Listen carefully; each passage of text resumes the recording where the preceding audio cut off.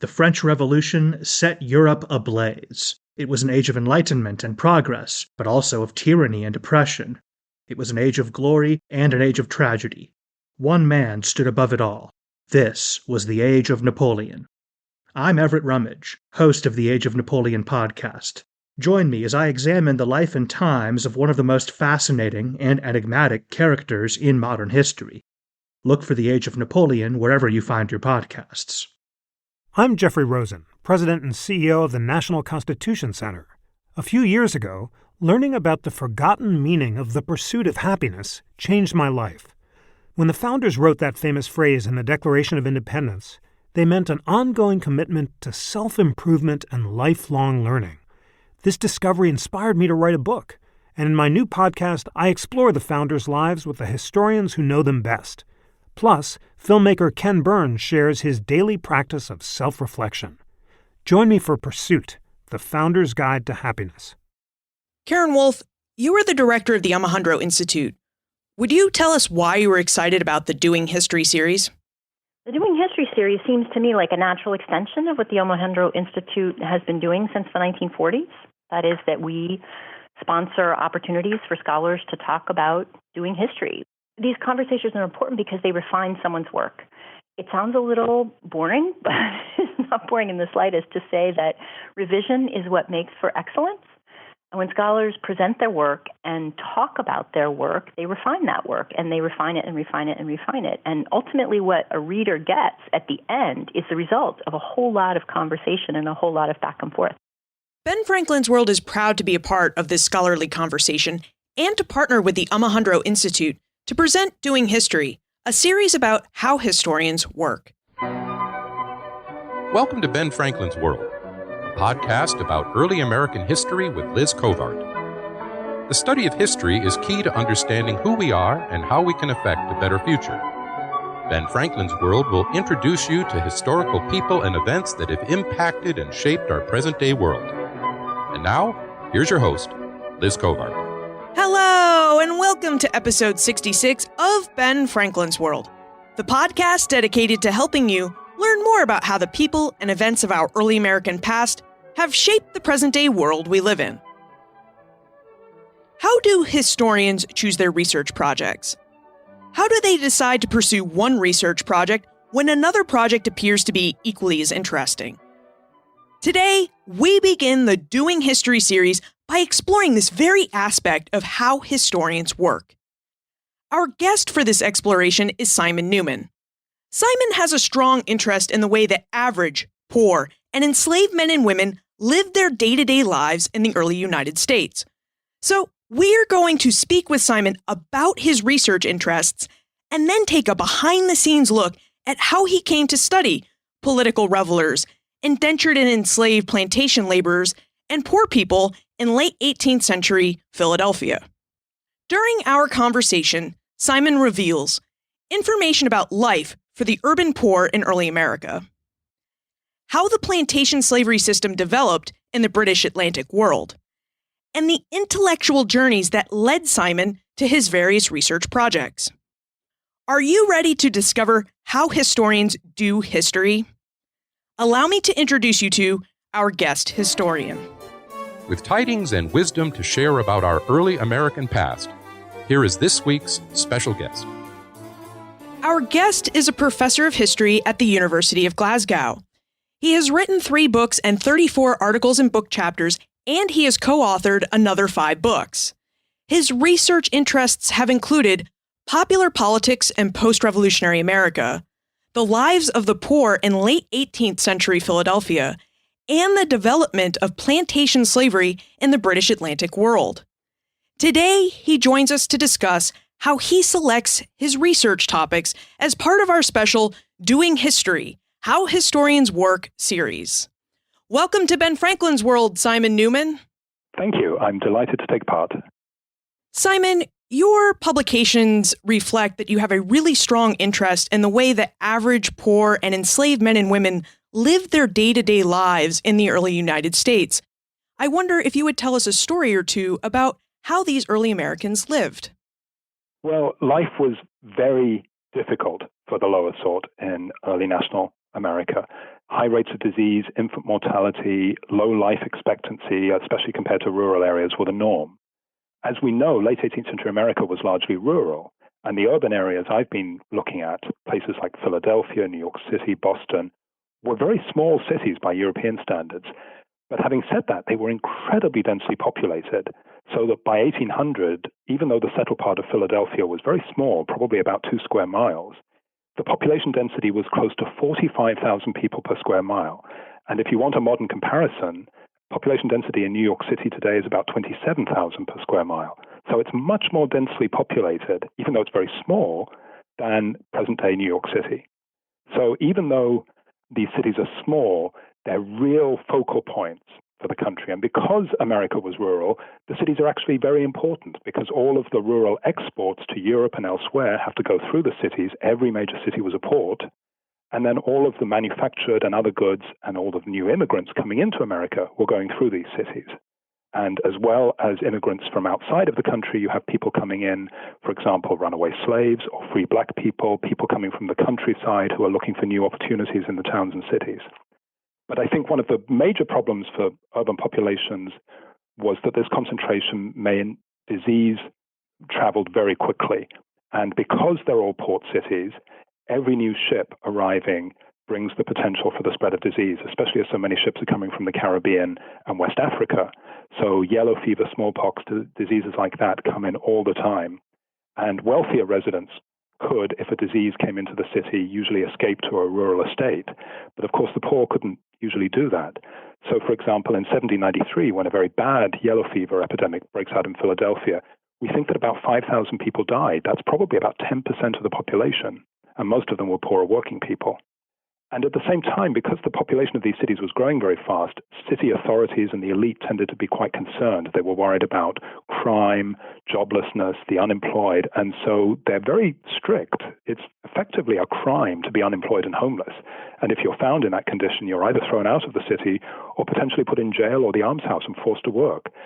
So it's a very harsh existence. I live in Boston, and one of the aspects that I love living in Boston is we have every major city amenity without the population density. But now I'm questioning whether I would have loved to live in 18th century Boston. Yes, I wonder about that sort of thing all the time. I've often thought about, the city I know the most about is Philadelphia, although I know something about Boston and Charleston and New York. And I've often thought how great it would have been to walk around late 18th century Philadelphia. It was so small. It's a walking city, is what we often call it. You could go from north to south in probably 40 minutes and from east to west in about 20 from the Delaware River to the western extent of the constructed city. But what we're beginning to realize is that people didn't move around, that even though these cities were very small, they stayed in the neighborhood where they lived and worked. And they bought their food there, and they socialized there, and that these people didn't move around much. And if you did, you tended to move around not on foot, but on horseback or on carriages, especially if you were wealthier. I think it would have been a very strange place to us, because we're used to these East Coast cities today, like Boston and New York and Philadelphia, to be walking cities. We walk all around them. If you have time, it's very nice to walk from Boston Common several miles to another part of the city and to really get a sense of the city. People didn't do that then. They were very densely populated and in some ways, I think, quite unpleasant places. We're going to revisit the people that you study throughout the course of our conversation, but I wonder if you could tell us where the process of finding a research topic begins. I mean, how do historians choose what they research? Well, I don't think there's a single process. I think most of us work differently and we come to particular projects in particular ways. Speaking for myself, I think my work usually starts with an interest in a particular thing, and I read about a person or an event or a situation, and I'm curious to learn more. It usually means I have questions that aren't answered. Why did such and such happen? What was the experience of this event like for some of the people affected, or things like that. And so I read a little more, and if I'm still not finding answers to my question, I begin to think, there may be a topic here, there's room here for some new work. At the same time, I think it's important to realize that research topics like this evolve. So my first book began when I realized that virtually nothing had been written on the impacts of the French Revolution in the United States since a book by Charles Downer Hazen in 1897. So nothing much had been done for a long time. But as I began researching that topic, the French Revolution in America, I started by reading newspapers from the 1790s, and I became fascinated by the many, many accounts in them of celebrations and processions and feasts and events like that, organized by Americans who were enthusiastic about the French Revolution. And as I read them, I realized that they were happening against the backdrop of the development of the first political parties, the Federalists and the Jeffersonian Republicans, and that these were actually quite political events. Federalists didn't like the French Revolution and didn't celebrate it. The Jeffersonian Republicans did. And so my project began to develop into something quite different, a study of what I called festive culture, including celebrations of the French Revolution, Independence Day, Washington's birthday, things like that, and how significant they were for the development of the first party system, but really looking at how it was ordinary Americans who were participating in and often organizing these festivals. So in a case like that, I began by researching one thing and ended up somewhere completely different. I wonder if it would help us understand how to select a research topic by hearing the story about how you became interested in the Americans' reception of the French Revolution in the United States. That's an interesting question. I think it was because I recognized, and perhaps this is in part coming from Europe and being British-born and raised in Britain, the French Revolution occupies a very important place in Western European history. It really is many people consider it, many historians consider it, the birth of modern Europe. And when I came to America as a graduate student and was doing my graduate degrees, American historians barely knew anything about the French Revolution and were much less interested in it. It was all about the American Revolution and that's the creation of modern America. And I was surprised by that. I thought, well, did people at the time really think that? Did Americans in the 1790s think the French Revolution was unimportant? And that's why when I realized nothing had been written about it for a long time, I thought this is worth a look. Let's look at another research topic of yours. In his most recent book, A New World of Labor, The Development of Plantation Slavery in the British Atlantic, Simon explores how plantation owners in Barbados, which is a small island in the Caribbean, founded the system of chattel slavery that became the most prevalent form of slavery in British North America. Simon, would you tell us the story of how plantation slavery developed in the British Atlantic world? I'll try. That's a huge question. I think that Barbados is where it all began. It's where the English developed and perfected large-scale plantation systems using unfree labor. They began by using men, women, and children from the British Isles, and then they shifted to using enslaved Africans. Now, as you and your listeners know, many American historians have focused on the Chesapeake, on Virginia and Maryland, and the gradual development of tobacco plantations and racial slavery in the 17th century. But during the 17th century, about 15 African slaves landed in Barbados for every one African slave who landed in the Chesapeake. So Barbados is where it's happening. Between 1627 and the end of the slave trade in 1807, over 600,000 slaves arrived in Barbados. And Barbados is only 166 square miles. It's very, very small. So what I argue in my book is that a variety of things were happening at the same time in the early 17th century. British Isles were experiencing a huge population boom and a period of warfare, both in England and in the British Isles as a whole. There was a growing population of unemployed and homeless people, a growing number of convicts, and then a growing number of prisoners of war. All of those groups come from England, Scotland, and Ireland. Now, it's at that time that the English are first trading in West Africa, beginning to learn about slavery, and it's at that time that they're colonizing Barbados. As they develop plantations in Barbados, especially when they begin growing sugar, they have a desperate need for labor. When they arrive in Barbados, no one's living there. So the only way you can make plantations work is to bring people in. And all of these factors came together. Because there are all of these people in the British Isles, prisoners and unemployed people who are a problem to the state and private individuals begin shipping them to Barbados. They're made to work there for long periods, often 7 to 10 years. The conditions are terrible, and many of them die during those terms. They're not legally slaves, but in many ways they're treated like slaves. And when occasionally people escape or get back to Britain, they often complain that they had been effectively slaves. So that's how the plantation system of labor develops. And it's really only in the later 1650s, as England begins to calm down and stops sending people over and starts paying attention to what's going on in Barbados, that the Barbados planters stop importing so many white laborers from England and start buying African slaves. But really, they're then slotting African slaves into a system they've already developed using white labor. And it gets much worse for those slaves, and I wouldn't argue otherwise. But it is a system that had been founded in a very British kind of way of organizing labor. And that system then spread from Barbados across the Caribbean to Jamaica and beyond, and from there to South Carolina and throughout the American Deep South. So my argument is that the kind of plantation system that characterized the American Deep South really came more from Barbados than it did from the Chesapeake. In an earlier episode, we spoke with Malcolm Gaskill about the role that Ireland played in American colonization. Did Ireland also play a role in the way that their system of servitude labor worked when they came over to the Caribbean and North America? Yes, it did. When these forced laborers are being brought over from the British Isles, some are kidnapped, and the word that you would have heard in England at that time was Barbadosed, and that meant someone who's kidnapped and forced to labor in Barbados. But then also there are these convicts and prisoners of war. There are a lot of convicts and prisoners sent from Scotland, and this is during the period of the English Civil War and the War of the Three Kingdoms when it spreads to Scotland and Ireland. So as people are captured in Scotland, they're often sent over.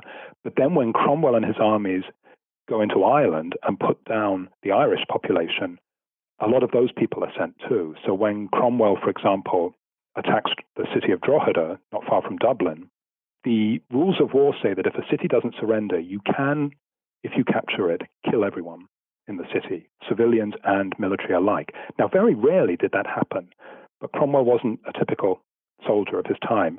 Drogheda refused to surrender. It was eventually captured. Many of its population were killed, and those who weren't were sent in chains to labor in the colonies. They are treated as inferior people. All of the attitudes of the English towards the Catholic Irish as almost subhuman, inferior, and not deserving of the rights of Englishmen came out in the way that they treated these Irish laborers in Barbados terribly. And there are plenty of accounts of these Barbados planters saying, send us the Scots. We like the Scots. They're Protestants. They're good workers. They're well educated. We can work with these people. Stop sending us the Irish. We hate these people. And they're terrified as they begin bringing slaves in that the Irish and the slaves enslaved Africans will actually work together and rebel against them. So yes, these kinds of attitudes towards the Irish and the use of the Irish is a very important part of this story. This is a fascinating topic. Would you tell us how you found the topic of plantation slavery development and why you decided to research it? Well, this is another example of how sometimes you begin researching one topic and you end up somewhere completely different.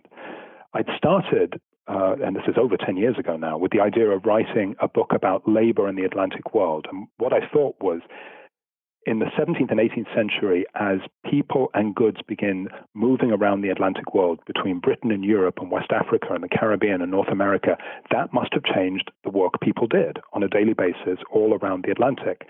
And I started that project by researching West Africa, and in particular the Gold Coast, what is today Ghana.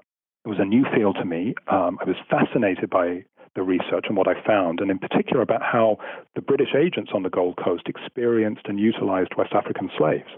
And they owned slaves, they called them castle slaves, who were employed by the British in order to help with the slave trade. And what I realized as I was reading these records is this wasn't slavery as I, as an American historian, recognized it. The castle slaves had a fair amount of independence. They occasionally went on strike or protested their conditions. They were effectively paid, and they were paid in British trade goods, things like fabric, guns, swords, and other commodities. This was a very West African kind of slavery, not an American kind of slavery. And this just fascinated me. To pay slaves with weapons just didn't make sense. And I started asking myself, okay, if this was the system of slavery in West Africa that the British encountered and continued to use all through the 17th and 18th centuries, why did they then in the New World create something completely different? A very different kind of slavery, which was much more brutal and gave the enslaved far fewer rights or privileges. And that's how my project transformed into a study of the origins of plantation slavery. Helena would like to know if you looked at any historical sources before you settled on your research topic. And it sounds like you started with a different research topic from the one that you ended up writing a book about. But did you consult any sources? And if so, How did these sources influence your decision to research and write your book on plantation slavery? Well, Helena is spot on with that question. I began my research here in the UK in the National Archives in London, looking at the records of the Royal African Company, which are on deposit there. And those are the records of the various companies that were responsible for the British slave trade. It's a huge archive, about 1,500 boxes and volumes of materials. And as I started looking at these materials and trying to figure my way around them, because they're not incredibly well catalogued, I became really interested by the accounts of West African society and slavery and of the castle slaves I just mentioned in all of the British forts along the coast, like Cape Coast Castle, which is the main one on the Gold Coast. It's a huge structure, major trading operation. The building was probably the largest building in sub-Saharan Africa. And as I read the account books and the inventories and the letters and the detailed reports sent by British workers and officials back to London, they drew me into their world and made me start thinking about slavery, first in West Africa, but then in the British colonies in the New World. And I started asking questions I hadn't asked before. So I think that what Helena's question points to is a really important aspect of historical research. We all tend to start with a topic or an idea, and we usually have some idea about what we're going to find. But I think it's very important to be open-minded as we do our research and be prepared for surprises which challenge our ideas and assumptions. And then what I found is it pushed me in a different direction and made me think about new questions. Slavery seems to be a popular research topic. I mean, if we looked on Amazon.com and ran a search for books on slavery or browsed the bookshelves of our local library, we would find a lot of books about slavery. Alec would like to know how you were able to recognize that there was room for one more book about slavery. That's a really interesting point. As my project developed into one about slavery, I was very nervous. Partly for the reason that he points out, that there's a huge literature on slavery already, but also because I wasn't a historian of slavery. That's not what I worked on for most of my career up to that point. So I was worried that as a relative newcomer to the subject, how was I going to possibly say anything new when there was so much scholarship out there already? But I think what gave me confidence was recognizing that where I live and where I do most of my research and what I was finding could allow me to do something new and make a contribution that didn't duplicate existing work. Because I'm based in Britain and because I did most of the research for this book in British libraries and archives and a little bit of the research in Ghana and in Barbados, I was able to write a book which argued that British history and what was going on in Britain and the changes in its labor system, and then West African history and Barbados history all came together in this entirely new labor system in Barbados, and that this labor system then eventually shaped slavery in the deep south of the United States. And so I think I was doing things in a different way with different materials than historians of slavery in the US usually use. And that as a result, I was able to disagree with some of the histories that had shaped my own thinking about slavery when I was a student, works like Edmund Morgan's American Slavery, American Freedom, and put out some new ideas that are based on my own research. Simon, taking a behind-the-scenes look at your slavery project has been really helpful. So why don't we take a look at your second book project too? Would you tell us about your second book, Embodied History, The Lives of the Poor in Early Philadelphia? What was life like for poor people in late 18th century Philadelphia? It was tough, in a word. That book was about the poor, and in early national Philadelphia, poverty was a hard physical experience. The poor were never far from being hungry, cold, jobless, homeless. The book is separated into chapters on different institutions and the poor within them. The prison, the almshouse, church burial records, the hospital for the poor, sailors, different groups, different institutions. And it focuses on the poorest of the working population, often when they were experiencing particular problems like disease, bereavement, illness, or incarceration. So I can give you an example I was thinking about this morning. Edward Ridley was a Philadelphia sailor, so he was a member of the largest and most important working group in Philadelphia. But it's a very poorly paid workforce, and the members of this workforce, the sailors, often spend months and even years away from home. What that means is that they're leaving their wives and children to fend for themselves.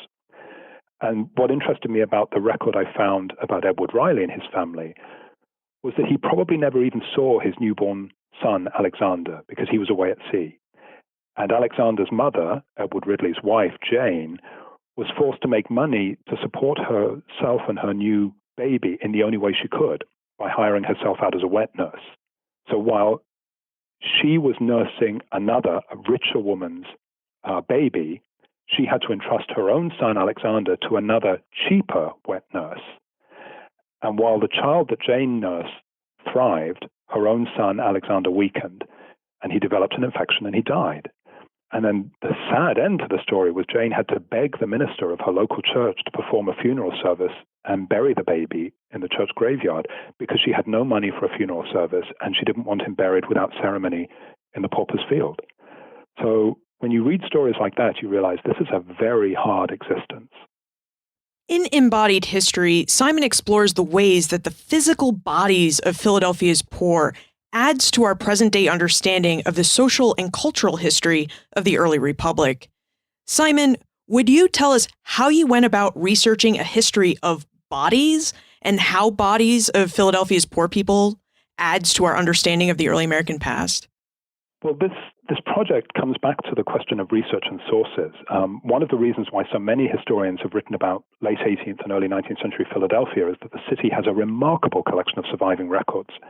And my book required excellent records from the hospital, the prison, the almshouse, newspapers, church burial records, and so forth. No other American city from this time period has such extensive records of this type for all of these institutions. This was the kind of research project which required extensive research in Philadelphia itself. A few of the sources were available digitally, so I was looking at runaway slave and servant advertisements, which were found in the newspapers like the Pennsylvania Gazette, and those have been digitized, so you can really look at those anywhere in the world. But most of the records I was using exist only in manuscript form in places like the Philadelphia City Archives, the Library Company of Philadelphia, and the Historical Society of Pennsylvania. So I spent the best part of a year in Philadelphia researching those records, compiling a huge amount of data. And as I did that, I was guided by the archivists and librarians at those archives. I think that what fascinated me was that the bodies themselves became the text, became the records of these people and their lives. That if I was writing about Thomas Jefferson, I would go to Thomas Jefferson's writings. I'd go to the letters he sent, the book he published, all of the materials he wrote and produced and that were written and produced about him. But if I'm looking at someone like the Jane Ridley, who I just mentioned, and her baby son, Alexander, there are no written records. She left no diary. She left no letters. The only record I have of them are these descriptions. And the minister, Nicholas Colleen, who buried her young son in the churchyard, writes in detail about his final illness and how and why he died. So I found a lot of these records, the only records that exist of these people are descriptions of their bodies as much as it is about their intellectual lives. And I found that this was a fascinating way to try and reconstruct their lives and experiences through these descriptions of their bodies. These are sad topics. How do you go about researching the sources in a fair way that also allows you to function emotionally? Yes, I get asked questions like that quite a lot. It's not always possible, and sometimes I have to just walk away from it and take some time out. But a lot of the time, I think what keeps me going is the thought that these were people whose lives mattered. They mattered to themselves as individuals, and they mattered to their families. And it's so easy to forget them. It's so easy to write a history of early national America, which focuses on the political elite, on the constitutional system, on the achievements of the country as a whole, because many of the records talk about that. And the people who are doing a lot of the work of building a new country tend to get forgotten. And that I think by rescuing these stories, many of which do come across as very sad, it's possible to get a sense of what these lives were like and what was involved in creating the new American Republic. So I find a satisfaction, in a sense, trying to rescue stories that have been forgotten. David speculates that most historians have more research projects that they would like to pursue than they can actually pursue. So David would like to know if this is the case with you and what you do with all the great ideas you have for research that you don't actually have time to explore. Oh, don't remind me. I mean, that's a constant source of frustration, and I suspect not just for me, but for many historians. There are lots of ideas that we never have time to follow up. One of the advantages of teaching at a university, though, is that sometimes undergraduates and graduate students are looking for ideas for research papers and essays. And when that happens, I often try to get a sense of what they're interested in. And sometimes I can suggest a few topics which might include projects I'm interested in but don't have time to research. And it can be a little difficult passing on one of my own research ideas, but I'd rather see someone else having fun researching it than it sitting in the back of my mind going nowhere. So, for example, fairly recently, I've become quite interested in the use of medicine on slave ships, but I don't have time to look at that. And I have a student who, as a master's student and now potentially as a PhD student, has become very interested in that and is developing that project. I don't have time to do that and probably never will, but it's great to see it happening. How do you know that you've found the research project that you want to pursue, that you're willing to write a book about it when there are just so many great topics out there to research? That's a difficult question to answer. I think the most important thing is to spend a little time with a topic and to convince yourself that you will be happy working on that topic for a long time. A couple of my books, my last book, took me the best part of 10 years to research and write. It was a big project requiring research in African history and Caribbean history and British history and even North American history. So you have to become convinced that you'll be happy reading this material day in and day out for a long time. So I think that's the most important thing. You've got to become convinced that it will sustain your interest. I think you also need to make sure that it's a project that's doable. And what I mean by doable is that it can't be too ambitious.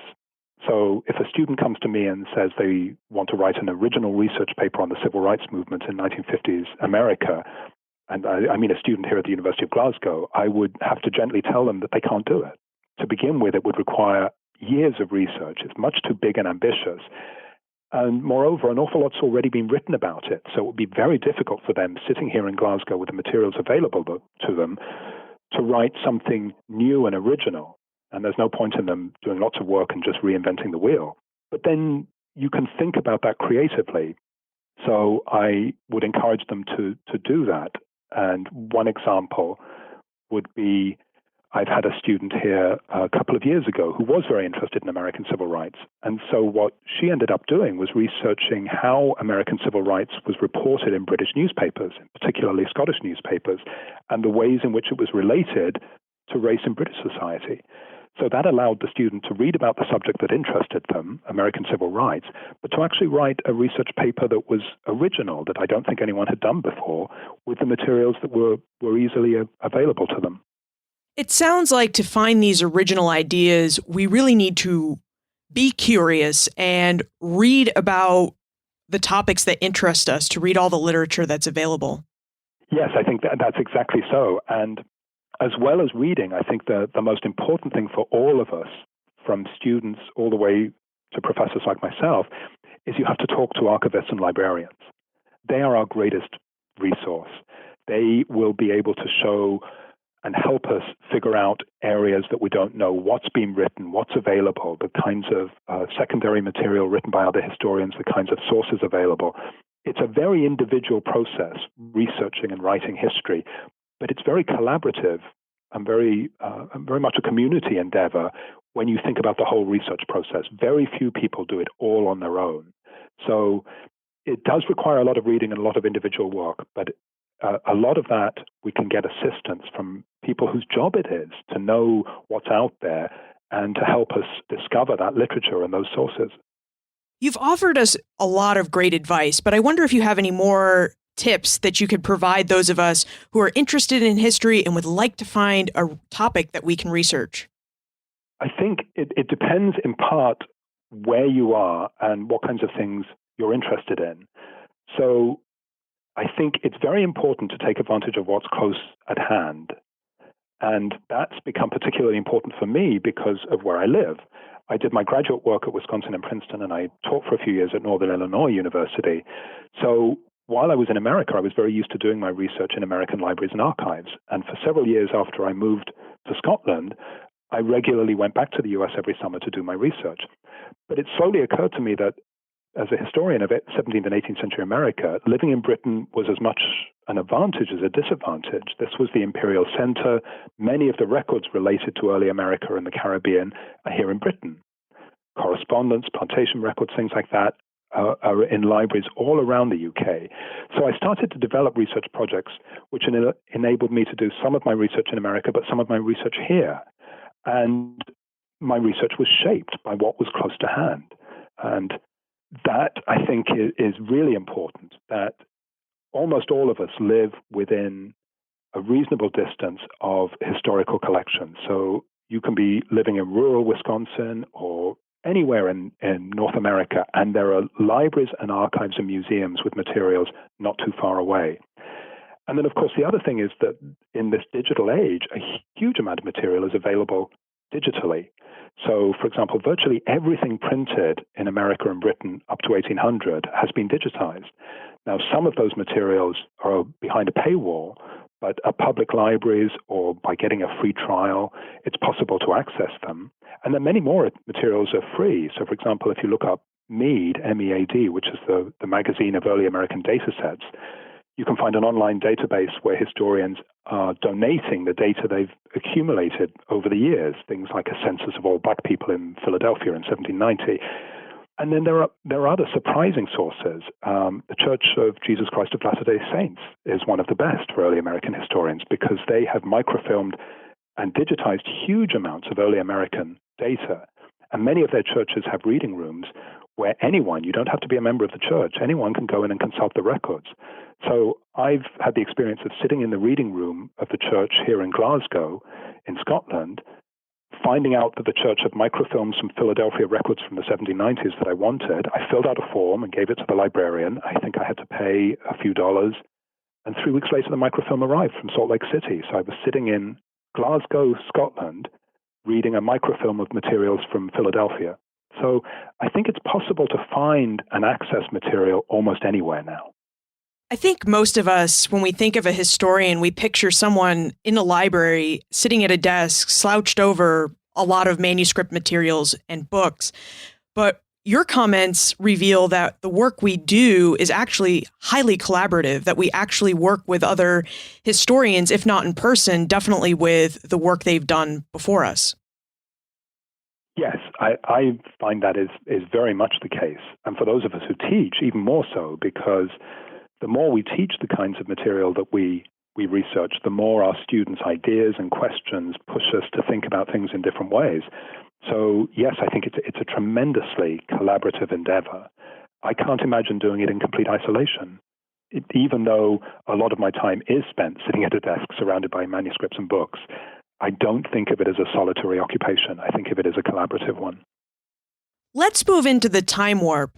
Normally, this is a fun segment of the show where we ask you a hypothetical history question about what might have happened if something had occurred differently or if someone had acted differently. Today, we're going to change the question up a bit.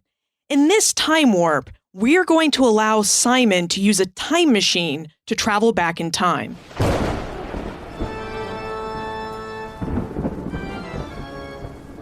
The time warp. Historians can't predict the future, but they can speculate about what might have been.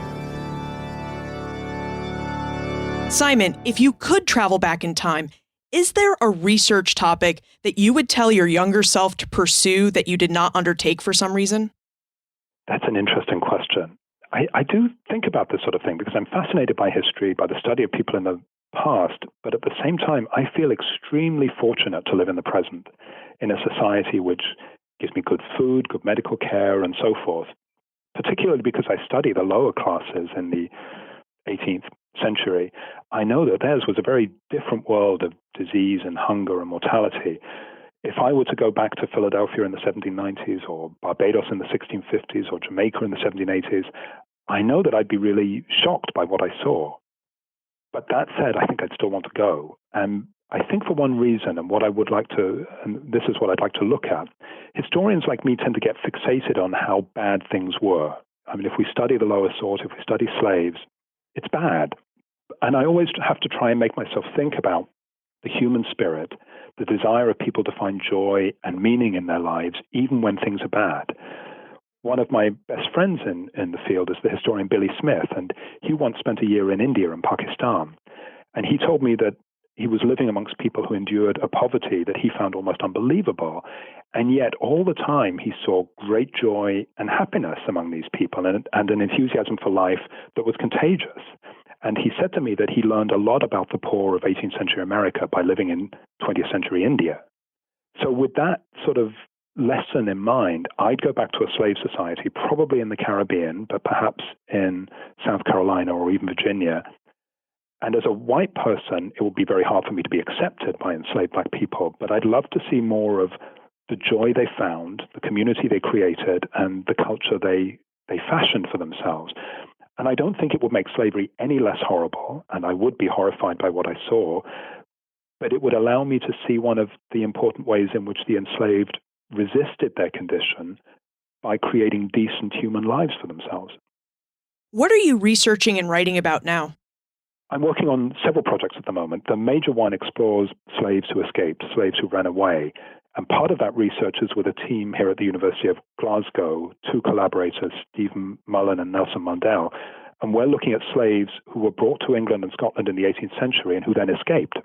And that's something that people in Britain know very little about, and for that matter, people in America know very little about. But I'm also working on escaped slaves in the British Caribbean, especially Jamaica. And then finally, I'm working another collaborative project with Professor Matthew Zinnick at the U.S. Naval Academy and Professor Alyssa Bolletino at Framingham State.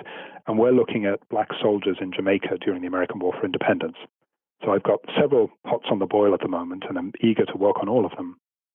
For those of us who have questions about the everyday life of early Americans or how we go about finding a research topic, where is the best place to look for more information about you and how we can get in contact with you?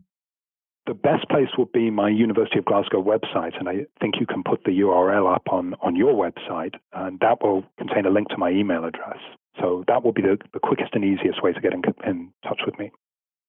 Simon, thank you for taking us behind the scenes of your research and how you find your research topics.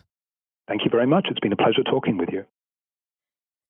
Be curious about a subject, read about it, and ask librarians and archivists for assistance. Simon offers us great advice. He also reminds us that doing history involves a lot of collaboration. On this show, we speak with many authors, but rarely do we ask those authors about the help they've had along the way. And most historians receive a lot of help with every book and article they write. What types of help do they receive? Well, historians bounce ideas off of other historians to see if their research ideas are good ones. They receive help from librarians and archivists who helpfully point their research in the right direction. And historians benefit from the generosity of colleagues. These colleagues read drafts of their work and offer advice to make historical thinking, writing, and interpretations better. Historians know what they know about the past, in large part due to the help they receive from others.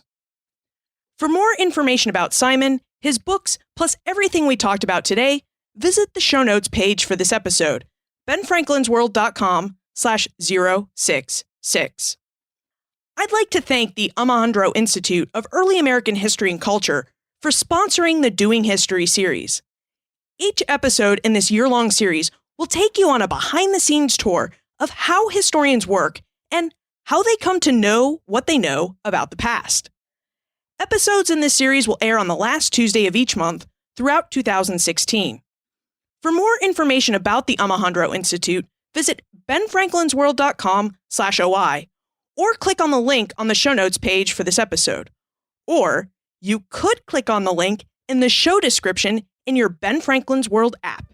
That's right, you could have the show notes for each and every episode right at your fingertips with the Ben Franklin's World app. This app is free and for both iOS and Android devices. Just search for Ben Franklin in your favorite app store or visit benfranklinsworld.com/apps for more information about how you can download this awesome app. Finally, what more would you like to know about how historians choose their research topics?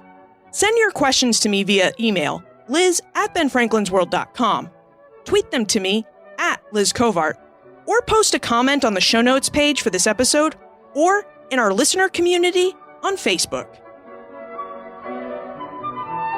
And remember, never leave till tomorrow that which you can do today.